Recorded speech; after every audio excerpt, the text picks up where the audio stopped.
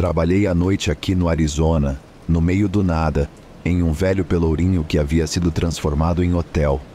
Era um lugar agradável para trabalhar, provavelmente o trabalho mais fácil que já fiz, mas o lado ruim era ter que dirigir 1h30 para ir e voltar do trabalho todas as noites. Eu odiava isso no começo, pois cortava um grande pedaço do meu tempo livre, então decidi que iria me mudar para a cidade ou tentar conseguir um emprego em Yuma, que era muito mais perto. Durante a volta para casa, após meu 3º ou 4º turno, parei em um caminhão de tacos aleatório para comer algo. Ele ficava estacionado fora do Copper Sands RV Park, então acho que o dono vivia lá ou dirigia até lá todas as noites para fazer negócios. Eu o tinha visto nas primeiras viagens, mas não me via parando quando já tinha mais de 100 milhas para dirigir. Mas naquela primeira noite, eu sabia que precisava comer algo porque estava tão faminto que provavelmente acabaria acelerando se não arriscasse com algum lanche de rua. Então, sabendo que estava chegando à minha esquerda, saí da estrada para onde era a entrada do parque de trailers, saí do carro e caminhei até o caminhão. Acontece que esse cara fazia alguns dos melhores tacos que já comi na vida. Comi no meu carro, dirigi para casa e na noite seguinte fiz exatamente a mesma coisa. Não parei todas as noites, mas é seguro dizer que se tornou uma parada regular no meu caminho de volta do trabalho. Eu não voltava para o carro para comer, o que era sempre muito mais bagunçado. Ficava ao lado do caminhão do cara, comia e conversava com o dono, tomando um refrigerante e fumando um cigarro. Ele também tinha aqueles lenços de limão agradáveis que dava de graça. Então eu não precisava sujar o volante no caminho de volta para casa. Devo ter feito isso talvez 40 ou 50 vezes nos próximos meses, mas o estranho é que nunca soube o nome do cara. Não perguntei nas primeiras vezes e depois, sei lá, simplesmente não perguntei.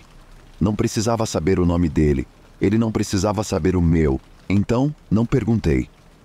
Acho que isso me faz parecer meio rude agora que penso nisso, mas ele também não perguntou meu nome, então acho que isso não o incomodava.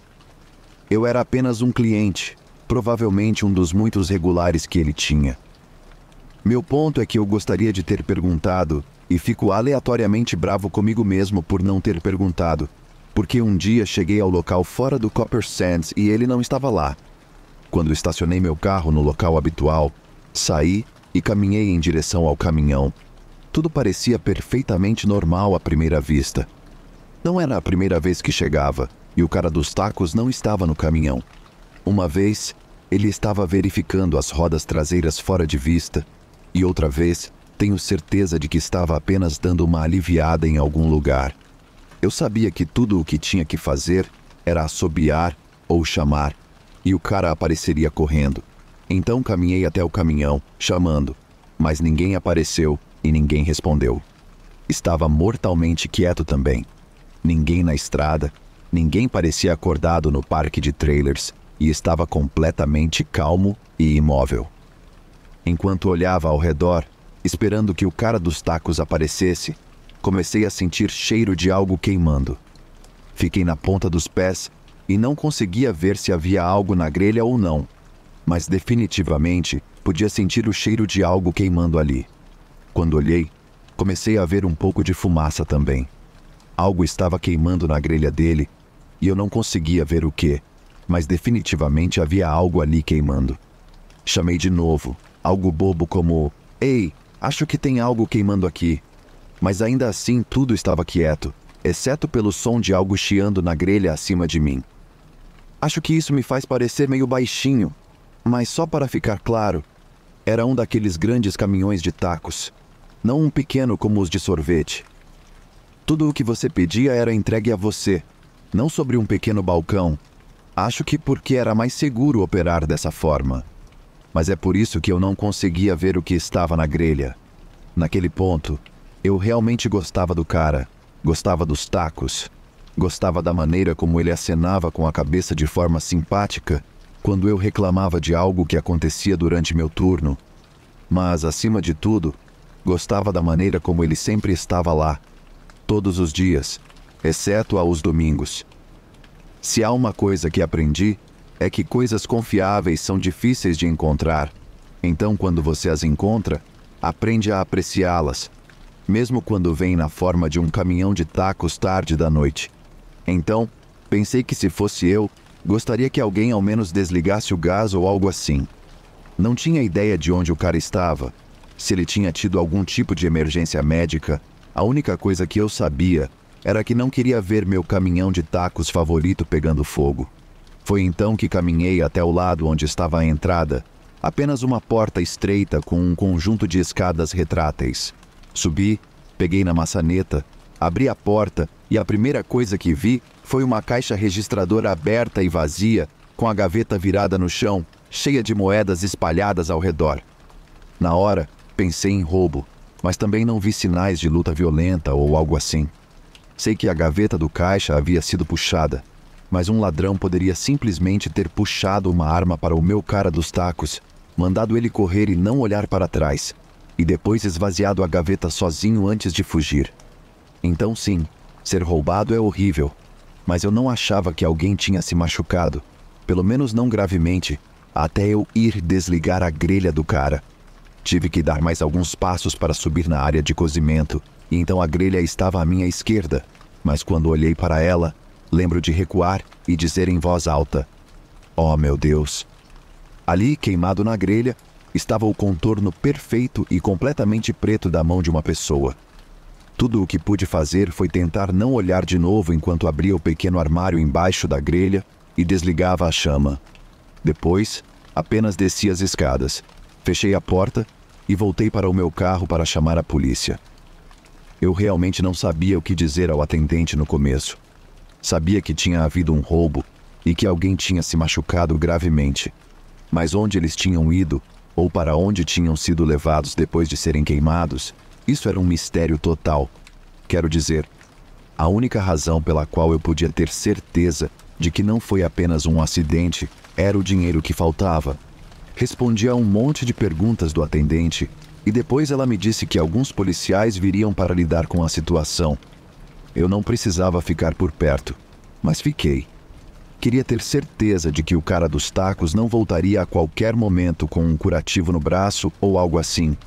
Mas ninguém apareceu. Esperei talvez 30 ou 40 minutos e ninguém apareceu. Dirigi para casa me sentindo meio entorpecido, minha cabeça girando o tempo todo, me perguntando o que tinha acontecido e por que a polícia não apareceu com as luzes e sirenes ligadas, sabendo que algo tão terrível tinha acontecido. Ainda me culpo por nunca ter perguntado o nome do cara. Se tivesse perguntado, talvez tivesse sido capaz de procurá-lo ou ser mais útil para a polícia. Tentei procurar coisas como dono de caminhão de tacos queimado por ladrão e coisas assim. Isso resultou em uma série de assaltos violentos, mas nenhum correspondia à descrição da cena que encontrei. Só espero que ele esteja bem. Não tenho dúvidas de que ele precisou de grandes enxertos de pele depois do que aconteceu, mas também não tenho dúvidas de que os prêmios do seguro dele subiram. Mas, seja o que for que tenha acontecido, só espero que ele tenha se recuperado.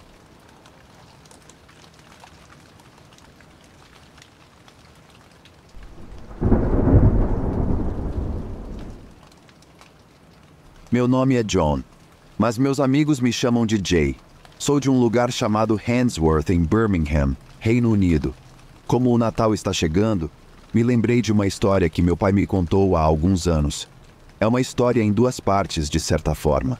A primeira parte é a gente descobrindo o que aconteceu, o que foi um grande drama, mas não tão interessante quanto o próprio evento. Então vou mergulhar na história, e acho que você vai entender o que quero dizer. Em 83, minha mãe e meu pai ainda eram pais novos, e eu nem tinha saído das fraldas ainda. Então minha mãe ficava em casa para cuidar de mim. Minha mãe não podia trabalhar, e meu pai ainda ganhava pouco. Então ele acabou conseguindo um trabalho de meio período como DJ. Você não pensaria ao olhar para ele, mas meu pai tem um gosto musical incrível. Nossa família tem origens jamaicanas, e seus pais são da primeira geração. Então ele ama tudo, desde rocksteady e roots até dub e dancehall. Tenho muitas memórias felizes de quando era criança, mexendo nos discos dele e fingindo que eu era o selecionador. Enfim, ele recebeu uma oferta para tocar em uma festa em West Brom, que fica a poucos quilômetros de distância. Então ele aceitou, dirigiu até lá, fez o show e começou a voltar para casa. Era cerca de 1 da manhã e ele tinha acabado de passar pela rotatória na Kenrick Way quando viu uma luz azul piscando atrás dele. Ele olhou no retrovisor e viu um policial em uma moto atrás dele, com capacete branco, jaqueta fluorescente, todas essas coisas. Então ele encostou o carro, desligou o motor e esperou o policial vir até a janela dele e dizer por que ele tinha sido parado. Meu pai estava sentado lá, olhando para o espelho lateral direito, observando o policial estacionar atrás dele, descer da moto e começar a caminhar em direção à janela dele. Mas quanto mais o policial se aproximava da janela do meu pai, mais meu pai começava a achar que algo não estava certo. Para começar, policiais de moto como aquele normalmente ficavam nas rodovias para responder a grandes acidentes de carro mais rápido. E além disso, os policiais deveriam ter algo na frente e nas costas dos uniformes que deixassem claro que eram policiais. Mas em vez de um emblema dizendo polícia no peito, não havia nada ali. Parecia a jaqueta de um operário ou algo assim. E nos pés desse cara, ele não estava usando botas, mas tênis brancos. Quando meu pai percebeu tudo isso sobre o cara, ele começou a pensar: isso não está certo.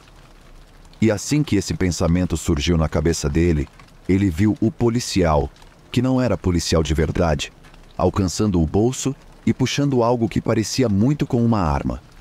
Meu pai disse que fez a única coisa que veio à mente. Alcançou as chaves, ligou o motor e, enquanto se abaixava o máximo possível no assento, pisou no acelerador. Enquanto ele acelerava, os vidros dianteiros e da janela do motorista explodiram em estilhaços quando as balas do cara os atingiram. Ele só se levantou novamente quando estava quase na saída para Birmingham Road. E foi só quando ele virou à direita, saindo da Kenrick Way, e teve que girar o volante completamente, que ele percebeu que havia algo errado com o ombro dele. Ele conseguiu chegar até perto do Hawthorns antes de ter que parar, porque naquele ponto ele percebeu o quão gravemente estava sangrando pela bala que tinha atravessado o ombro dele, e estava aterrorizado pensando que poderia sangrar até a morte ou algo assim. Ele acabou saindo do carro, parando o próximo carro que passou e conseguindo uma carona até a emergência do Hospital Sandwell, onde descobriu o quão sortudo tinha sido. Se a bala o tivesse atingido alguns centímetros mais para baixo, poderia ter causado danos fatais ao coração dele, ou ele provavelmente teria sangrado até a morte antes mesmo de conseguir sair do carro para parar outro carro. Obviamente, como ele precisava de cirurgia, o hospital o manteve por algumas noites e a polícia fez perguntas a ele na cama. A primeira visita foi só de perguntas. Na segunda, disseram a ele que o carro dele, que ele basicamente tinha abandonado perto do Hawthorns, tinha sido encontrado queimado. Alguém o encontrou e o incendiou. Por causa disso, os policiais que fizeram as perguntas começaram a fazer perguntas como: você está envolvido com o crime organizado? E tem alguém que você tenha irritado recentemente ao ponto de querer machucá-lo? E para cada uma dessas perguntas bastante acusadoras, a resposta dele foi: não, todas as vezes. Algo que você precisa saber sobre meu pai para tudo isso fazer sentido é que, além do gosto musical, ele é basicamente um grande nerd. Ele se interessava por computadores enquanto crescia, conseguiu um emprego em TI e sempre manteve a ficha limpa. Quando era adolescente, ele nunca se envolveu em gangues, tráfico de drogas ou qualquer coisa assim, o que, para ser justo, Handsworth tem uma péssima reputação.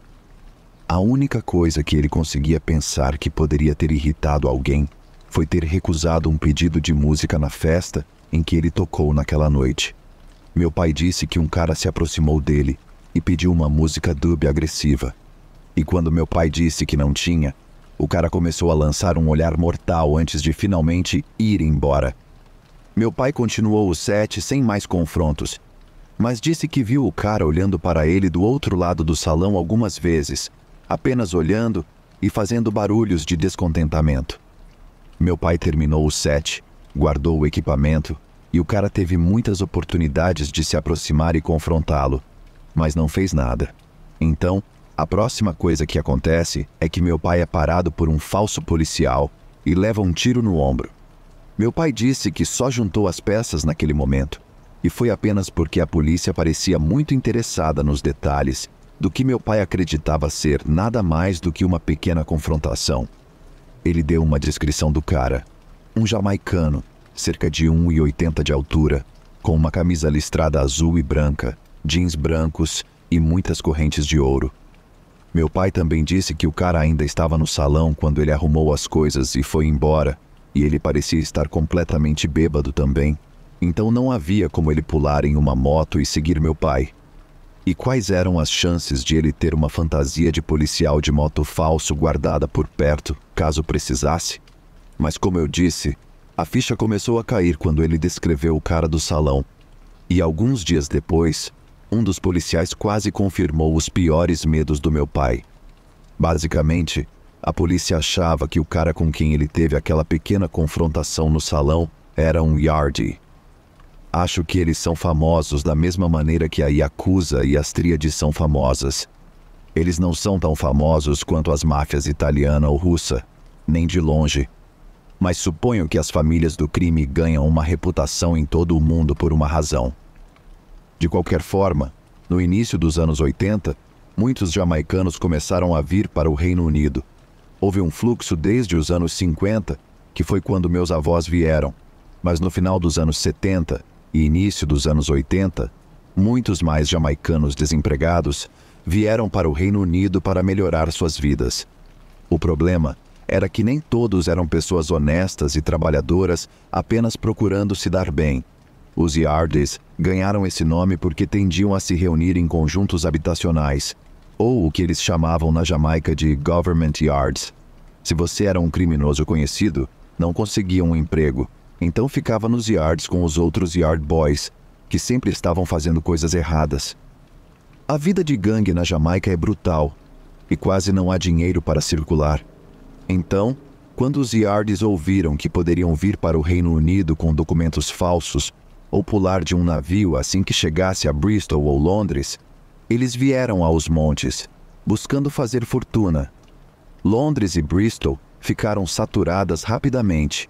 Então, os yardies que chegaram depois acabaram se mudando para o norte, para lugares como Nottingham e Manchester, mas especialmente Birmingham, sendo a segunda maior cidade do Reino Unido. E eles trouxeram toda a brutalidade dos yardies com eles. Pergunte a qualquer um por aqui, e eles dirão que badman é uma gíria relativamente recente, mas pergunte ao meu avô e ao meu pai, e eles dirão que todo o conceito de badman existe há muito tempo. A cultura jamaicana já é muito machista, e os yardies pegaram essa cultura e a levaram ao extremo, até o ponto em que ser um badman yardie significava ser o mais frio e cruel possível. Ouvi histórias de yardies matando pessoas apenas por olharem para eles de forma estranha. Então fazia sentido que o cara que meu pai encontrou quisesse matá-lo por ser desrespeitoso. E para um yardie, qualquer coisa que não fosse perfeitamente do agrado deles poderia ser vista como desrespeito.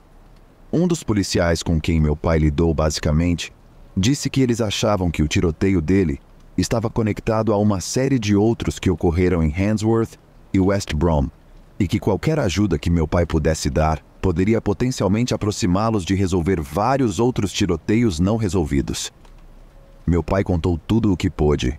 Mais de uma vez, mas semanas se transformaram em meses, e nunca mais ouvimos falar da polícia. Até onde meu pai sabe, eles nunca pegaram o cara que atirou nele, e por um tempo, ele ficou preocupado que voltassem para terminar o trabalho. A polícia aconselhou meu pai a evitar West Brom por um tempo, mas sem o carro, ele não iria a lugar nenhum que não fosse na rota de um ônibus tão cedo. O tempo passou, e depois de um tempo meu pai parou de olhar por cima do ombro, e as feridas dele cicatrizaram. Ele ainda não pode levantar o braço esquerdo acima da cabeça, mas fora isso, está perfeitamente móvel. Incrivelmente, essa história toda surgiu um Natal, quando minha avó, que estava completamente bêbada, deixou escapar que meu pai sabia como era levar um tiro. Meu avô e eu estávamos assistindo a um filme de guerra terrível, rindo de como a atuação era ruim sempre que alguém levava um tiro. Meu avô disse algo como: "Eles não sabem atuar porque não sabem como é a sensação." E minha avó disse: "Seu pai sabe." Basicamente, a confusão começou depois disso e acabou com meu pai contando essa história que você acabou de ouvir. Ficou um pouco emocional no final, porque inevitavelmente chegamos à parte onde percebemos como tivemos sorte de ainda ter meu pai por perto. E no caso da minha irmã, como ela nem teria nascido se a mira do atirador tivesse sido um pouco melhor. Não vou mentir, ainda penso nisso às vezes, pensando como alguém pode ser tão mesquinho a ponto de querer acabar com a vida de outro homem só por causa de uma música dub.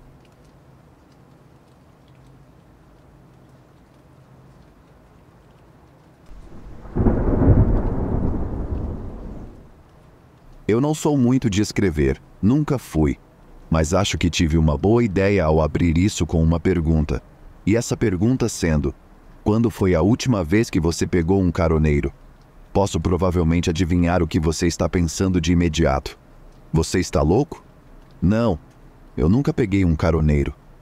E claro, eu entendo totalmente. Hoje em dia, a palavra caroneiro é quase sinônimo de termos como serial killer, e apenas os motoristas mais corajosos ou mais tolos fazem qualquer coisa além de ignorar qualquer um louco o suficiente para estar com o polegar para fora na beira da estrada. O reverso também é verdade, talvez mais ainda. Você teria que ser corajoso ou burro como uma pedra para se colocar em uma posição tão vulnerável hoje em dia, especialmente com a reputação que a carona tem. Mas houve um tempo, e é aqui que realmente mostro minha idade, em que pegar carona e dar carona não era visto como assinar sua própria sentença de morte. Eu nasci em Van Nuys, Califórnia, em 59. Minha mãe e meu pai tinham um pé no mundo das finanças corporativas e o outro no mundo dos hippies beatniks. Eles tentaram me ensinar uma mistura desses valores. Seja gentil, seja pacífico, mas obtenha uma educação e ganhe muito dinheiro. O dinheiro pode não ter valor espiritual, mas quanto mais dinheiro uma pessoa tem, mais ela pode ajudar os outros e mais liberdade pessoal ela tem. Com isso em mente, decidi seguir uma graduação em contabilidade na USF, e em 81, eu era um estudante do segundo ano morando em Haight-Ashbury com alguns amigos.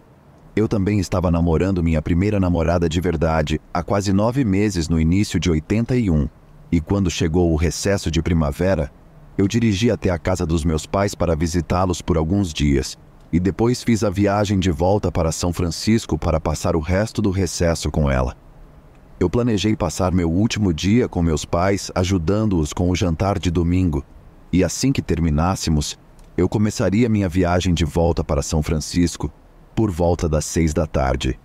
Isso significava que, se a viagem corresse bem, eu estaria de volta em Haight-Ashbury por volta da meia-noite. Parti conforme o planejado, e talvez 1 hora depois de viagem, cheguei a um grande ponto de parada de caminhoneiros chamado Grapevine.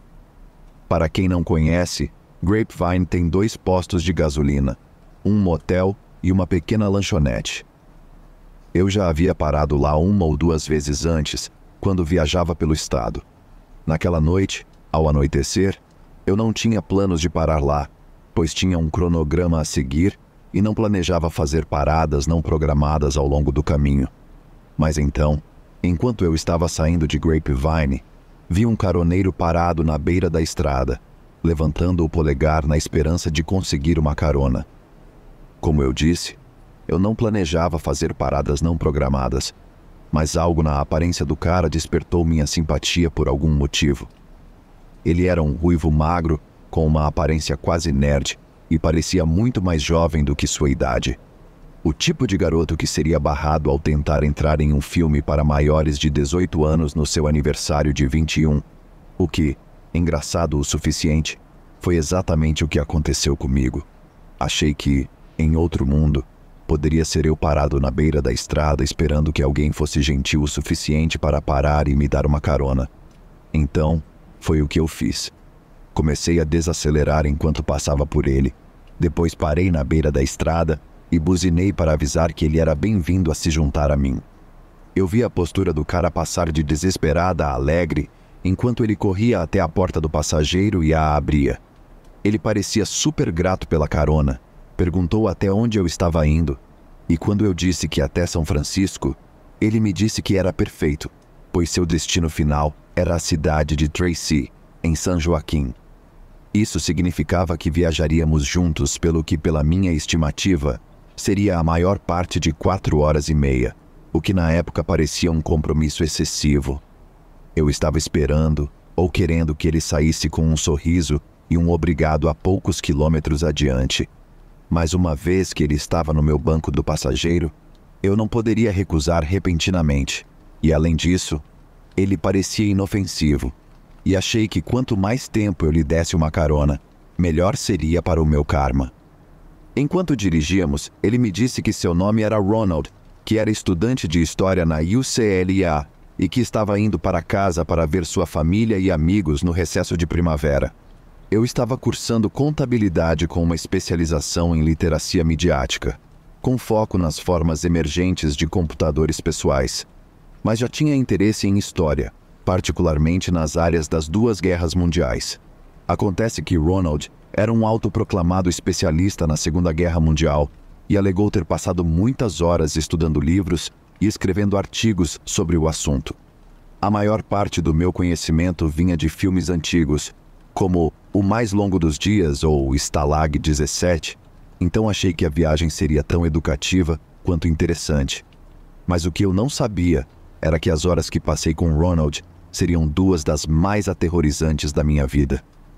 Em um ponto da nossa conversa sobre história, cometi o erro de perguntar a Ronald qual evento ou batalha da Segunda Guerra Mundial mais o marcou. Foi quando Ronald começou uma descrição altamente detalhada de algo que ele chamava de o Massacre de Nanquim. Tecnicamente, isso não fazia parte da Segunda Guerra Mundial, porque aconteceu em 1937, 2 anos antes da Alemanha invadir a Polônia e 4 anos antes de Pearl Harbor. Mas como muitos historiadores dirão, a invasão japonesa da China foi quase como o prólogo da Segunda Guerra Mundial. De qualquer forma, Ronald começou a falar sobre o Massacre de Nanquim, que hoje é chamado de Massacre de Nanjing, e todas as coisas terríveis que o exército japonês fez aos civis chineses. Muita coisa que ele disse realmente não ajuda a pensar sobre, se estou sendo honesto. Foi uma das coisas mais perturbadoras que já ouvi, mas não foram tantos detalhes do que Ronald estava dizendo que me incomodaram. Foi a maneira como ele estava dizendo. Às vezes, quando um historiador fala sobre um evento específico, ele pode fazer isso de uma maneira que parece distante. Uma vez, fiz uma visita guiada a um antigo forte da Guerra Civil, e a maneira como o guia falava sobre quantos homens morreram ali, parecia que ele estava descrevendo a 5ª entrada de um jogo de beisebol da Liga Infantil. Acho que isso vem de contar e recontar a história 1000 vezes para hordas de turistas pouco interessados. E o resto do tempo, as pessoas tendem a falar sobre coisas mórbidas de maneira sombria. Mas Ronald, por outro lado, parecia deleitar-se com cada pequeno detalhe sangrento, a ponto de começar a ficar desconfortável no carro. Em um ponto, ele começou a me contar sobre uma competição na qual 2 oficiais japoneses participaram, uma corrida para ver qual deles seria o primeiro a decapitar 100 prisioneiros de guerra chineses. Ronald afirmou que a corrida estava acirrada até o final, quando algum general japonês decidiu que estava muito próximo para declarar um vencedor. Então a competição foi continuada indefinidamente. Ele me perguntou se eu conseguia imaginar como era cortar 10, 20 ou 30 cabeças de uma vez, tudo com um único golpe de uma espada samurai afiada. Então, enquanto ele descrevia como essas execuções em massa ocorriam, ele bateu a mão no painel à sua frente com tanta força que me fez pular. No início, ele estava dizendo coisas como: "Você pode imaginar quanto sangue haveria, enchendo a vala com todos esses corpos mortos, tudo enquanto você está tipo, bang, bang, bang, No final, eu tive que dizer: ok, Ronnie, eu entendi. Foi duro. E cometi o erro de tirar os olhos da estrada para olhar para ele, apenas para deixar meu ponto um pouco mais claro. Eu não diria que ele parecia maníaco, mas ele estava bem no limite disso, se é que faz sentido. Ele estava sorrindo de orelha a orelha, com os olhos arregalados, como se o pensamento de todo aquele assassinato fosse a coisa mais emocionante do mundo para ele. E novamente, eu não diria que estava com medo, mas definitivamente pensei que era hora de mudar o tópico da conversa. Eu estava com um pouco de sede e achei que a coisa educada a fazer era oferecer algo ao meu convidado também. Então, pedi a Ronald que pegasse uma garrafa de água para nós dois no banco de trás. Ele disse que estava bem, pois tinha um monte de coisas guardadas em sua mochila, e ele não estava mentindo. Achei que sua mochila teria pelo menos alguns suprimentos básicos, talvez algumas roupas e 1 ou 2 livros. Em vez disso, a coisa toda estava cheia de lanches e garrafas de refrigerante. Então, em vez de pegar algo que eu tinha oferecido, Ronald me ofereceu não uma, mas 2 garrafas de Pepsi. E quando ofereci reembolsá-lo por sua oferta generosa, ele me disse: está tudo bem, elas não me custaram nada mesmo. Sei que provavelmente há uma série de razões legítimas pelas quais Ronald poderia ter conseguido essas coisas de graça, mas, assim como as coisas da Segunda Guerra Mundial, foi a maneira como ele disse isso que me deu uma sensação ruim. Perguntei diretamente se ele tinha roubado todos aqueles lanches e refrigerantes, e nunca esquecerei as palavras exatas que ele me deu em resposta. Ele meio que riu antes de dizer: roubar é uma palavra tão suja. Ronald então começou outro grande discurso sobre como ninguém realmente possui nada. Tudo está apenas emprestado do banco. Os bancos sabem que as pessoas estão cientes de seus esquemas, então, para evitar que cidadãos espertos recuperem sua propriedade, eles inventaram um esquema chamado seguro, que engana as pessoas para que paguem por uma propriedade que já possuem, enquanto as enganam quando a referida propriedade desaparece ou pega fogo. Tive a impressão de que Ronald continuaria falando se eu não interrompesse perguntando se ele já havia sido pego roubando o que agora estava tentando compartilhar comigo, implicando que poderíamos ver algumas luzes de polícia piscando no meu retrovisor a qualquer momento. E foi a primeira vez que Ronald ficou bravo comigo. Ele se virou no banco e eu não precisava encontrar seu olhar para saber que ele estava me lançando um olhar fulminante. Então, ele perguntou de maneira muito agressiva se eu achava que ele parecia o tipo de idiota que seria pego roubando refrigerantes. Eu dei a resposta mais honesta que pude e disse que ele não parecia o tipo de pessoa que roubava. Ponto final. Eu não estava tentando bajulá-lo ou aplacar sua raiva. Era a pura verdade. Ronald continuou a me encarar por alguns momentos, depois explodiu em uma risada ofegante antes de dizer: talvez seja por isso que eu consigo escapar tanto com isso. E o que acontece quando você não escapa, hein? O que acontece então?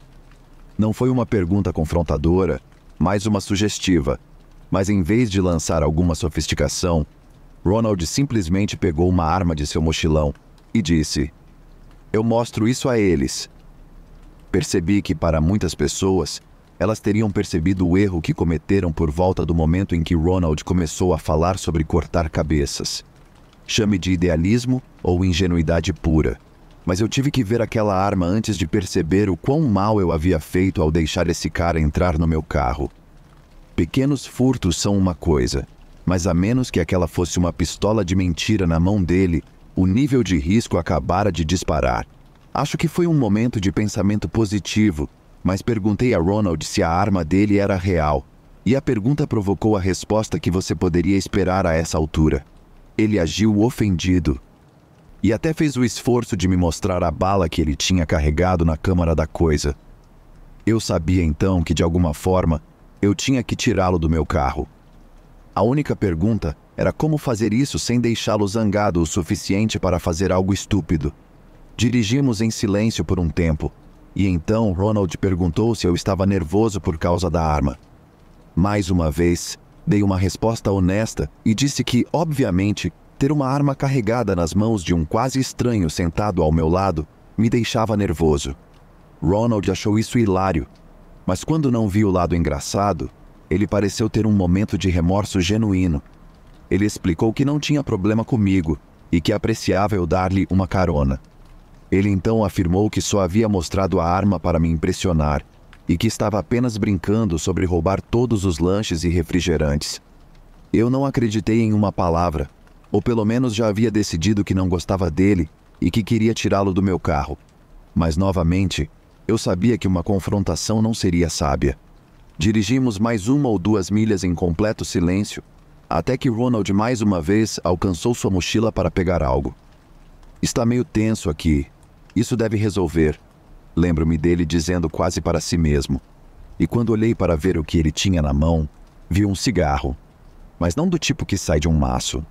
Do tipo que uma pessoa enrola sozinha.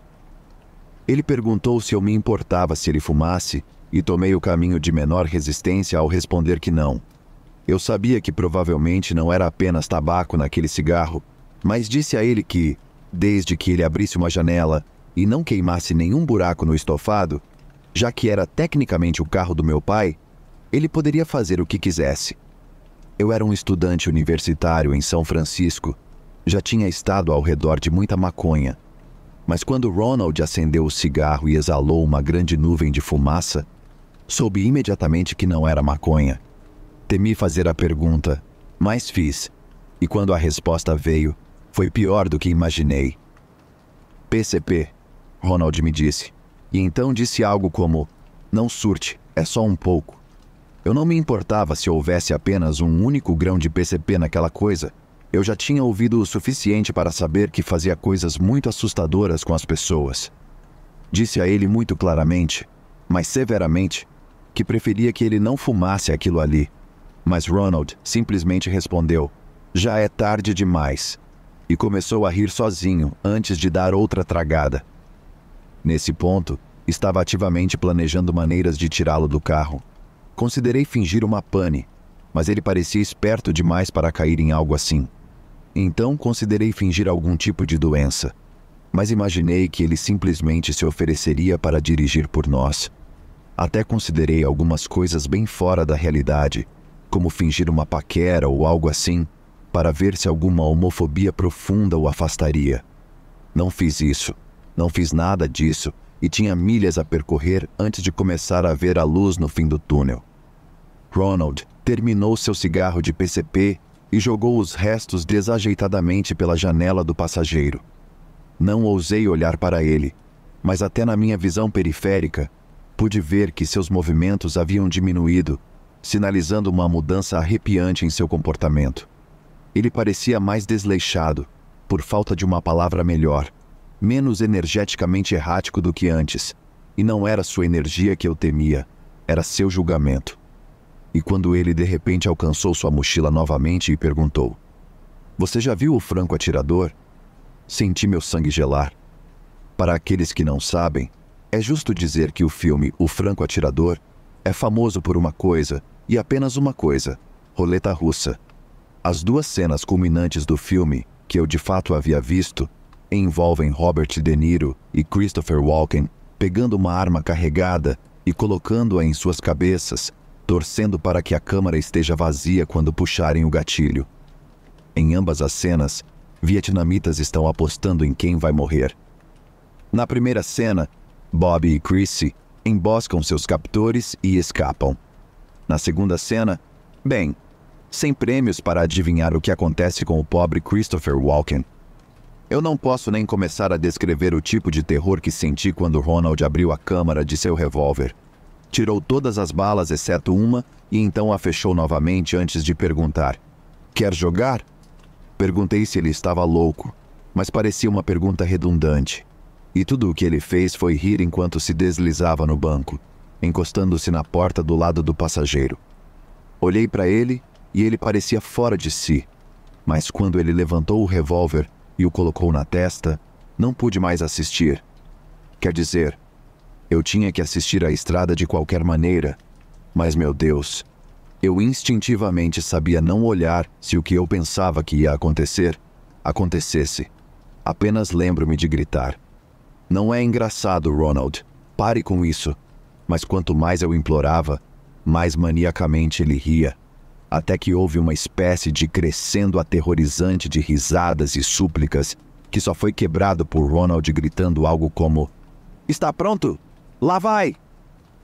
Ouvi o clique, mesmo sobre os pedidos e as risadas dele. Ouvi-o, surdo e arrepiante. Eu era uma mistura nauseante de alívio, terror e fúria. Alívio por a bala não estar na câmara, fúria por ele ter sido estúpido o suficiente para tentar. Mas agora, há uma parte torcida de mim que gostaria que ele tivesse se matado, porque ele não teria sido capaz de fazer o que veio a seguir. Pronto para a sua vez? Não pensei que poderia ficar mais assustado, mas estava errado. Comecei a falar a 1000 por hora, dizendo a Ronald que se ele me atirasse na cabeça, eu provavelmente pressionaria o acelerador. Bateríamos o carro e ele também seria morto. Isso torna as coisas mais emocionantes. Foi tudo o que ele disse em resposta. Primeiro, pressionei o acelerador, tentando atingir uma velocidade que pudesse assustá-lo a reconsiderar.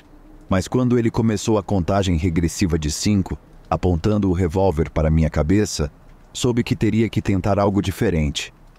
Certifiquei-me de ter bastante espaço entre mim e o carro atrás de mim. E então, no segundo em que Ronald disse 1, pisei no freio com tanta força que o jogou completamente fora de equilíbrio e quase o fez cair através do cinto de segurança e no espaço dos pés abaixo dele. Mas o que caiu naquele espaço foi sua mochila cheia de refrigerantes. E quando voltamos a dirigir ao som da buzina do carro atrás, Ronald parecia mais preocupado com seus refrigerantes agitados e lanches esmagados do que com minha tentativa de manobra evasiva. Meu coração estava batendo no peito. Minha vida passava diante dos meus olhos, e lá estava Ronald chorando por refrigerante derramado. Ele começou a exigir que parássemos em algum lugar para comprar mais lanches, o que obviamente alimentava meu plano de pelo menos parar o carro em algum lugar para conseguir ajuda ou fazer algo para trazer toda a situação a um fim abrupto. Acabamos parando em um lugar no condado de Merced, uma pequena parada de descanso com um posto de gasolina e uma loja de conveniência. Primeiro, ele exigiu que eu entrasse e comprasse coisas para ele, mas felizmente ele acreditou na minha mentira de que não tinha dinheiro comigo. Então, ele exigiu que eu entrasse e roubasse alguns lanches de reposição para ele, mas consegui convencê-lo de que, sendo a pessoa mais experiente, ele deveria seguir para dentro para trabalhar sua mágica. A mistura de ignorância fingida e lisonja gentil pareceu funcionar, e depois de deslizar sua arma de volta para sua mochila, ele tirou o cinto de segurança e abriu a porta do meu carro. Antes de sair, ele disse algo como: "Não vá a lugar nenhum, eu tenho memória fotográfica, então vou lembrar sua placa. Se você me deixar aqui, vou te encontrar e te matar." Dei a ele um olhar teatral de indignação, depois disse que não o deixaria ali e encerrei dizendo para ele pegar um refrigerante para mim. Ronald não disse sim ou não, apenas riu e depois bateu a porta do meu carro e caminhou em direção à loja de conveniência. Nem posso começar a dizer quão angustiante foram aqueles momentos. Tentei o meu melhor para manter a calma e agir como se fosse apenas ficar ali esperando ele voltar.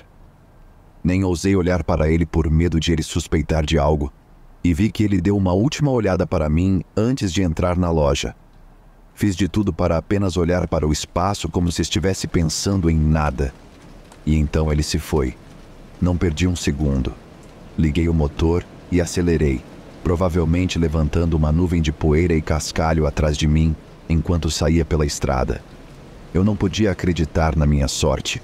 Ou melhor, não podia acreditar que algo que eu pensava que terminaria na minha morte terminou de uma forma tão idiota. Não sei como descrever isso de outra forma, mas a palavra idiota.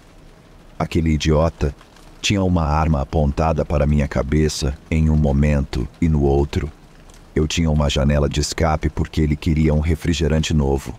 Não faz sentido, mas de alguma forma faz todo o sentido do mundo. O cara era louco, completamente fora de si, e ele estava louco antes de fumar um monte de PCP ou o que quer que fosse. E eu não acredito por um segundo que era só um pouco como ele afirmou. O carro ficou impregnado de produtos químicos enquanto ele fumava. Então, seja o que for, parecia muito.